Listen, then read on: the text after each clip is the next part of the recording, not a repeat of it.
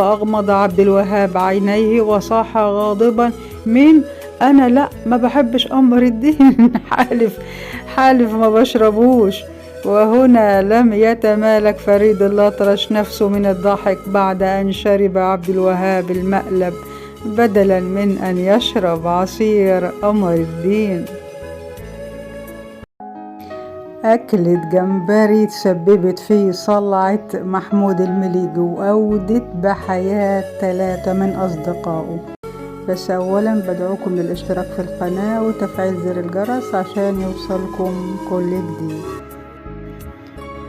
ونيجي للمقلب اللي شربه بدل ما يشرب قمر الدين. في عدد نادر من مجلة الكواكب صدر شهر رمضان عام 1961 نشرت المجلة عدد من النوادر اللي بتحدث لنجوم الزمن الجميل في رمضان بالأعوام السابقة.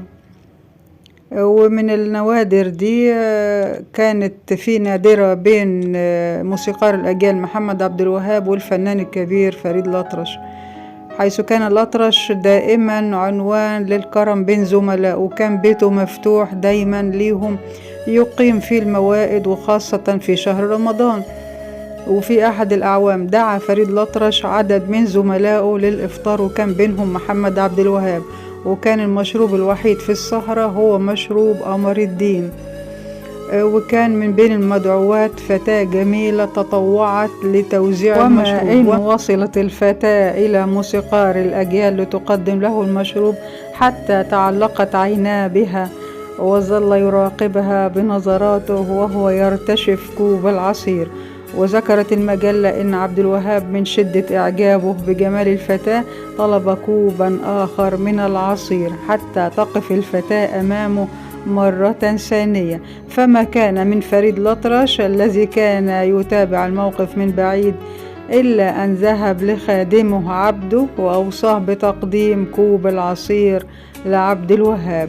وفوجئ موسيقار الأجيال بيد خشنة تقدم له العصير، فنظر ليجده عم عبده الذي يتناقض تماما مع رقة وجمال وجه الفتاة. فأغمض عبد الوهاب عينيه وصاح غاضبا: مين؟ أنا لا، ما بحبش قمر الدين. حالف ما بشربوش. وهنا لم يتمالك فريد الأطرش نفسه من الضحك بعد أن شرب عبد الوهاب المقلب بدلا من أن يشرب عصير قمر الدين.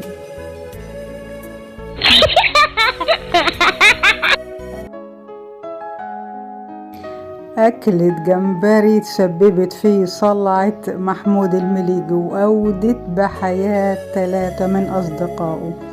هنشوف ايه الحكاية، وكمان في عجالة كده هنقول أهم المحطات في حياة الفنان الراحل القدير محمود المليجي. بس أولا بدعوكم للاشتراك في القناة وتفعيل زر الجرس عشان يوصلكم كل جديد. ونكمل حبايبي.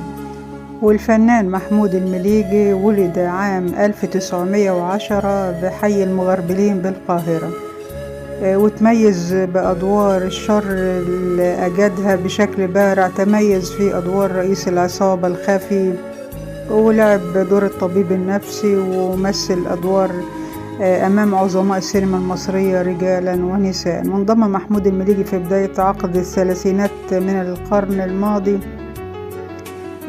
وكان مغمور في الوقت ده، وانضم لفرقة الفنانة فاطمة رشدي وبدأ حياته في التمثيل من خلال الفرقة دي. وكان بيأدي أدوار صغيرة زي دور خادم مثلا، وكان بيتقاضى منها راتب 4 جنيه شهري.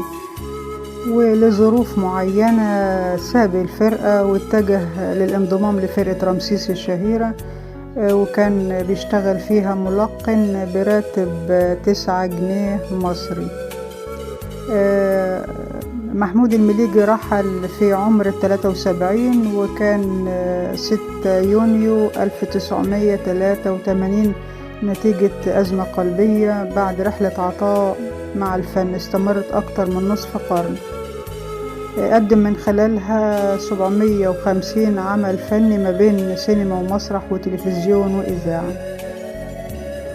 وفي عام 1936 وقف محمود المليجي أمام أم كلثوم في فيلمها الأول وداد، إلا أن دوره في فيلم قيس وليلى هو بداية أدوار الشر له، واللي استمرت في السينما قرابة 30 عام، وقدم مع فريد شوقي ثنائي فني ناجح جدا.